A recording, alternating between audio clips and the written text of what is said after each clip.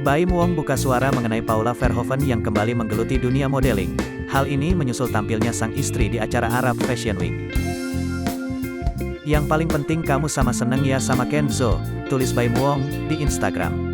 Sebelumnya, Paula Verhoeven telah vakum dari dunia fashion selama 3 tahun terakhir. Barulah pada tanggal 25 Maret tahun 2022 lalu, ia tampil sebagai model dalam acara Arab Fashion Week di Dubai. Wanita 34 tahun ini pergi ke Dubai bersama putra bungsunya, Kenzo Eldrago Wong. Momen itu adalah pertama kalinya Kenzo pergi ke luar negeri. Mengenai kembalinya Paula Verhoeven ke dunia modeling, Baim Wong sendiri bersikap sangat suportif. Ia mengaku antusias melihat istrinya eksis di kancah internasional.